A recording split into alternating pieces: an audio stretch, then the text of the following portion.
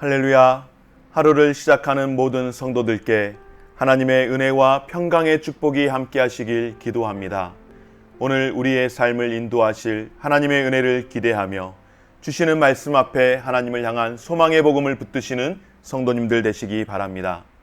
8월 10일 말씀으로 여는 아침, 오늘 우리에게 주신 하나님의 말씀 사사기 4장 1절에서 10절 말씀입니다.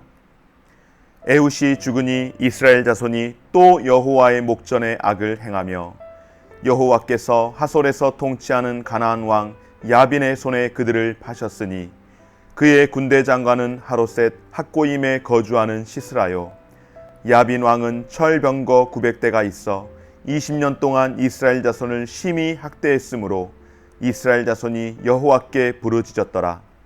그때에 랍비돗의 아내 여선지자 드보라가 이스라엘의 사사가 되었는데 그는 에브라임 산지 라마와 베델 사이 드보라의 종려나무 아래에 거주하였고 이스라엘 자손은 그에게 나아가 재판을 받더라. 드보라가 사람을 보내어 아비노함의 아들 바락을 납달리 게데스에서 불러다가 그에게 이르되 이스라엘 하나님 여호와께서 이같이 명령하지 아니하셨느냐? 너는 납달리 자손과 스불론 자손 10,000명을 거느리고 다볼 산으로 가라. 내가 야빈의 군대 장관 시스라와 그의 병거들과 그의 무리를 기송강으로 이끌어 내게 이르게 하고 그를 내 손에 넘겨주리라 하셨느니라. 바락이 그에게 이르되 만일 당신이 나와 함께 가면 내가 가려니와 만일 당신이 나와 함께 가지 아니하면 나도 가지 아니하겠노라 하니 이르되 내가 반드시 너와 함께 가리라. 그러나 내가 이번에 가는 길에서는 영광을 얻지 못하리니 이는 여호와께서 시스라를 여인의 손에 파실 것임이니라 하고 드보라가 일어나 바락과 함께 게데스로 가니라. 바락이 스불론과 납달리를 게데스로 부르니 10,000명이 그를 따라 올라가고 드보라도 그와 함께 올라가니라.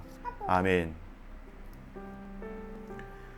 오늘 말씀은 1절 말씀에 에훗이 죽으니 이스라엘 자손이 또 여호와의 목전에 악을 행하매라고 시작합니다. 에훗이 죽자 이스라엘 백성이 다시 악을 행한 것입니다. 그런데 이것은 단지 지도자가 죽어서 이스라엘이 배교의 길을 간 것이 아닙니다. 여러분, 지도자도 중요하지만 하나님보다 지도자가 먼저, 하나님보다 지도자가 중요하지는 않습니다. 사랑하는 여러분, 하나님이 신실하신 지도자를 세우셔서 공동체를 이끄시는 것은 분명 큰 복임에는 틀림이 없습니다. 하지만 그 지도자를 세우신 분이 바로 하나님이시라는 사실을 잊어버린다면 그보다 더 안타까운 일은 없는 것입니다. 하나님은 언제든 신실한 지도자를 주실 수 있는 분이십니다.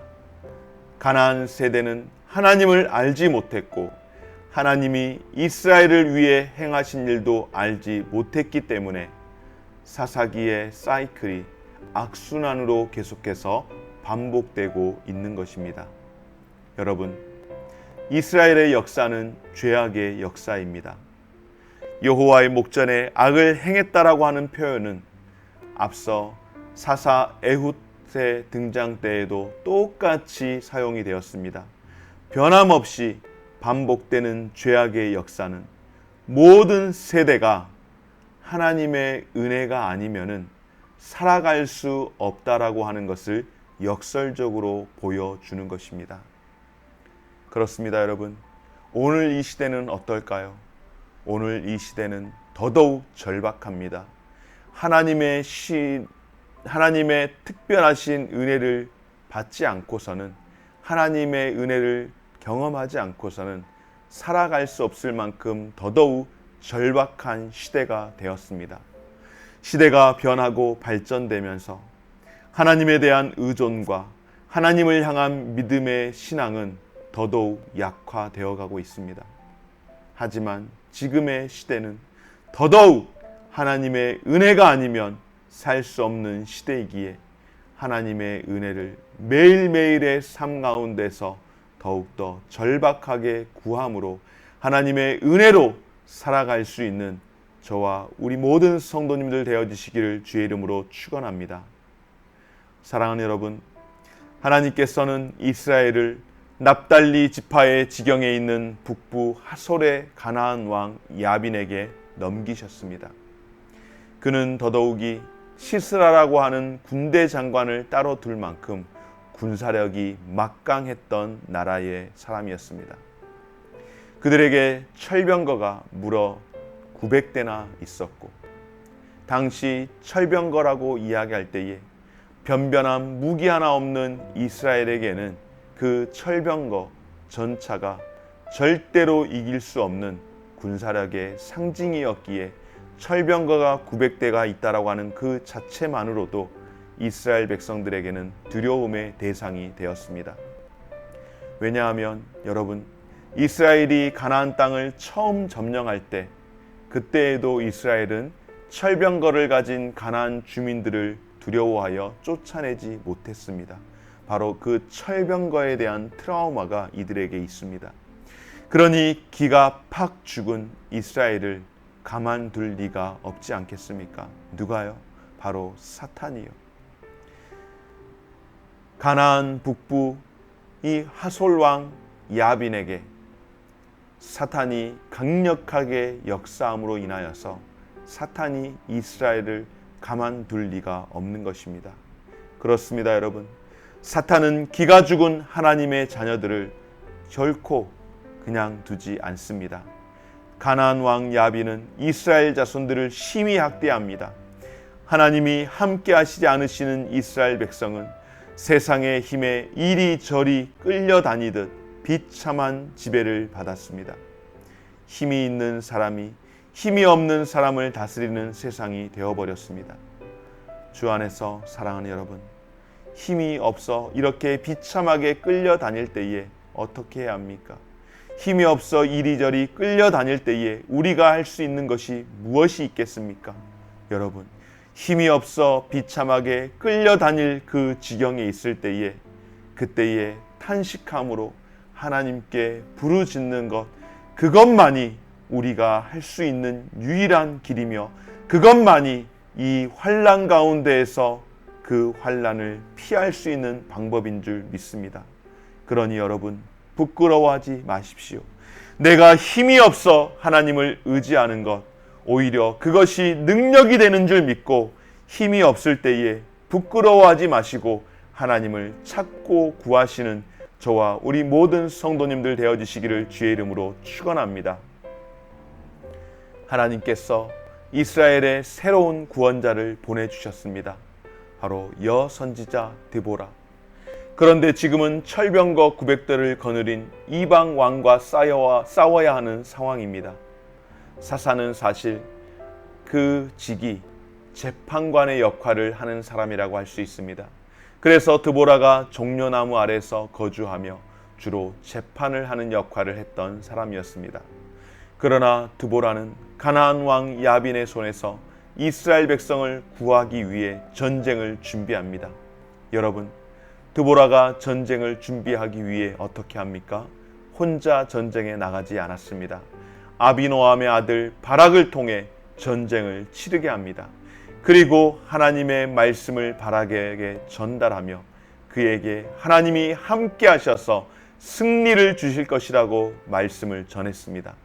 그러나 문제는 바락이 눈에 보이지 않는 하나님보다 눈에 보이는 가나안 왕 야빈을 두려워하였고, 그래서 눈에 보이는 드보라를 하나님 의지하기보다 더 의지합니다.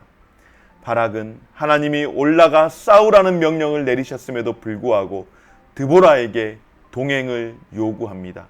동행을 요구할 때에 그가 동행하지 않는다면 나도 그 전쟁 가운데에 참여하지 않겠나라고 그렇게 선언을 하고 맙니다. 물론 드보라는 바락의 요구를 들어주지만 그가 전쟁에서 승리하고도 영광을 얻지 못할 것이며 적장을 죽이는 가장 영광스러운 일은 여인의 손에 빼앗기게 될 것이라고 예언을 하게 되었습니다. 사랑하는 여러분, 아직 이루어지지 않은 하나님의 말씀을 믿고 의지하는 일은 분명 쉬운 일이 아닙니다. 하지만 하나님의 말씀은 반드시 이루어지는 줄 믿습니다. 그래서 조건을 거는 순종은 결단코 영광을 얻지 못합니다. 오늘 바라기, 드보라, 당신이 함께 가면 나도 가고 당신이 함께 가지 않으면 나도 가지 않겠습니다 라고 책임도 지지 않겠다라고 하는 그 연약한 모습, 조건을 거는 그 순종은 하나님이 기뻐하지 않습니다.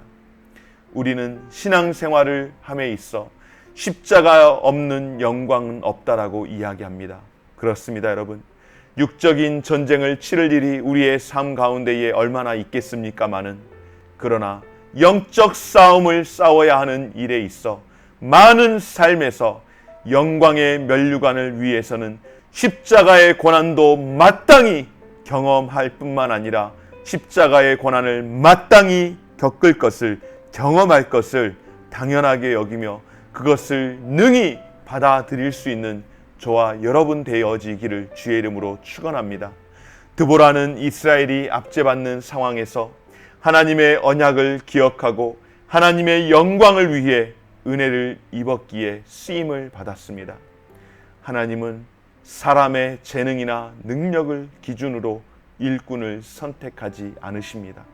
여러분, 남자든 여자든 능력이 있든 없든 하나님의 약속을 믿고 순종하는 사람을 통해 하나님은 일을 하시며 당신의 영광을 드러내시는 줄 믿습니다. 그러므로 하나님의 말씀을 소중히 여기고 그 말씀을 온전히 신뢰하십시오. 하나님은 하나님의 말씀에 신뢰하는 사람을 귀하게 여기십니다. 하나님의 말씀은 하나님 자신의 성품과 권위를 반영하는 줄 믿습니다. 하나님의 말씀을 날마다 읽고 암송하고 묵상하십시오. 우리 영혼이 말씀으로 채워져 말씀에 붙들리면 우리 또한 하나님의 영광을 드러내는 도구로 귀하게 사용될 줄 믿습니다. 보잘것없는 인생이지만 차별 없이 부르시는 하나님의 은혜에 감사하며 살아갈 수 있는 귀하고 복된 오늘의 삶이 되게 하여 주옵소서. 생명 주신 은혜에 감사하며 하나님께서 불러주셨으니 부르신 그 부름 앞에 순명하며 살아갈 수 있도록 도와주시되, 조건을 가지고 살아가는, 조건을 가지고 순종하는 제한적인 인생이 아닌 하나님 앞에 온전한 순종으로 하나님의 영광을 돌리며 살아갈 수 있는 삶이 되게 하여 주시옵소서. 주님, 오늘도 우리가 하나님의 말씀을 온전히 의지하고 신뢰하며 하나님의 영광을 위해 살아갈 수 있는 하루의 삶이 될 수 있도록 우리를 사용하여 주옵소서. 감사드리며 예수님 거룩하신 이름으로 기도드립니다. 아멘. 하늘에 계신 우리 아버지여, 이름이 거룩히 여김을 받으시오며 나라가 임하시오며 뜻이 하늘에서 이루어진 것 같이 땅에서도 이루어지이다. 오늘 우리에게 일용할 양식을 주시옵고 우리가 우리에게 죄 지은 자를 사하여 준 것 같이 우리 죄를 사하여 주시옵고 우리를 시험에 들게 하지 마시옵고 다만 악에서 구하시옵소서. 나라와 권세와 영광이 아버지께 영원히 있사옵나이다. 아멘.